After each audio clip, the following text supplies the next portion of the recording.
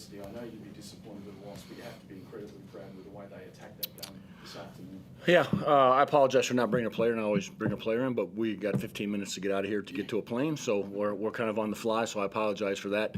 I told my guys, our fight is always really, really good in general.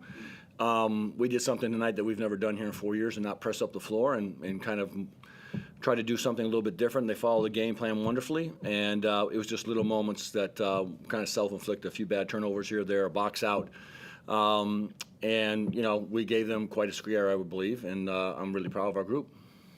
Big game for Ian, hit 3 threes, not known as a three-point shooter. I mean, he's added quite a bit to the team. From obviously, you talked about the role he plays. Yeah, I mean, I think he had obviously his best scoring night, but he has to be a factor for us. Listen, we don't have a lot of points in that roster, and for us to get in the 80s is going to be really, really difficult for us the rest of the way out. And God, if we can get to the 90s, then we have a chance to actually win some more games because our defense will be sound enough and solid enough for the most part to hold us accountable like it was tonight. But we need everyone chipping in a little bit more, and that's a big ask because these guys like Fab, and they're playing their hearts out. They can't do any more, and so it's just a credit to the group in general, just sticking together. We have incredible guys, and our values within the club and the culture that we've had there is second to none, and I'm obviously proud of those guys. So you said you need more points, but Milton might be able to give you that going forward. He aggressive from the start, and despite having his struggles against the Kings early this season, 21 points, he gave you points. So point on his game. Yeah, I think we said this before.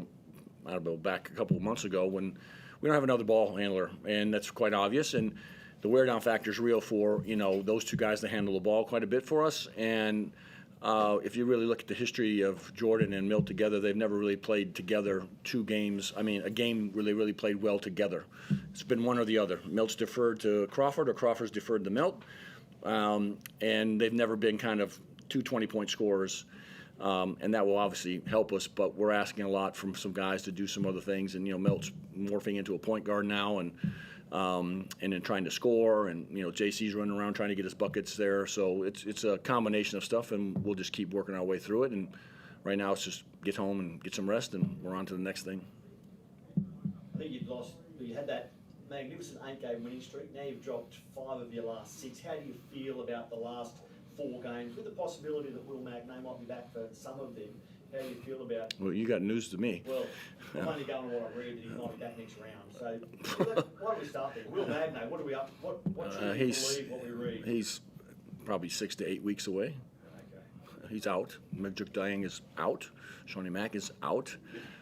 So that's all hyperbole right now. So. So let's make it black and white. Those 3 players will not be back this season. I don't. Medjuk Dayang would probably be the only one that might have a slight chance to play in Cairns, but I would say no. So. I know you've never been one for making excuses, but is it kind of the law of diminishing returns? Having these 3 crucial guys, and then how do you keep the rest of the roster up and about? I mean, you've done a magnificent job for 3 years, obviously doing that, but under these, I think we got good guys that just do the right things. We don't have bitching and moaning in the locker rooms, or locker room lawyers, or guys coming off the floor and cussing coaches out or putting a towel over their head. We don't do that with the Jack Jumpers. They know the roles. They know what's required from them to represent the people of Tasmania, to defend the island for Tasmanians. And if we can't get them across the line, we can't get them across the line. But sure as hell, one thing's going to happen is we're going to carry ourselves the right way, and that's a demand. That's not even a question, and that's what we'll do. And the scores and the games, the next whatever we have left for, they'll be what they'll be. We just have to stay tuned to, as I said before, the values of what we represent for everyone in Tasmania, and that's the only people I'm really concerned about. Here on the Zoom. Actually, yes, Scott, if you don't mind, quickly, because I know you do have to get out of here. Probably the biggest difference in the end was Portnoy in this game, and the fact that he got to the foul line 19 times. How do you reflect on that? Was it you guys not doing a good enough job keeping you in front of him, or did he get a lot of calls that maybe you didn't like him getting? Well, without question, we foul. I don't know if we fouled 36 times and they had 29 points from the foul line. That's the best way I can answer it. Did we foul him? I'm sure we did. But, some of our guys get fouled too, but we've had quite a few of these, 32, 36 foul shots, and we shoot 11. And it is what it is. Well, touching on that, Milton had the ball in his hands for a lot of this game, and he attacks the basket a lot. He doesn't take a single free throw.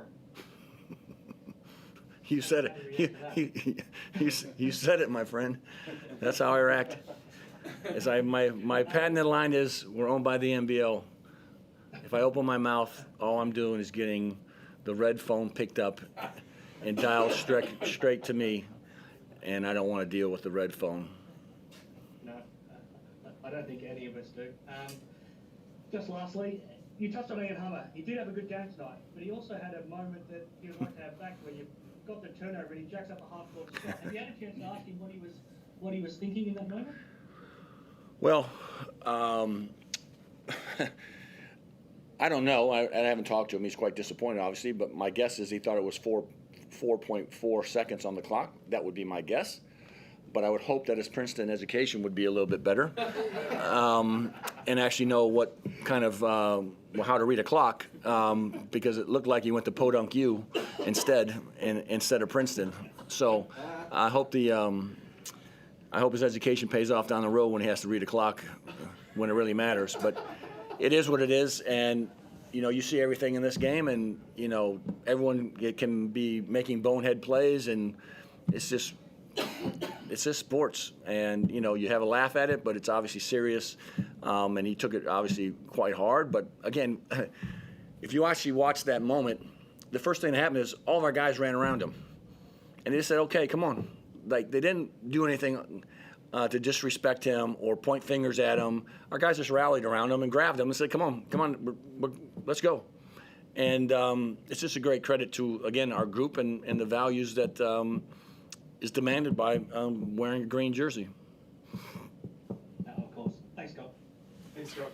All right, see you all. Travel safe. Yep.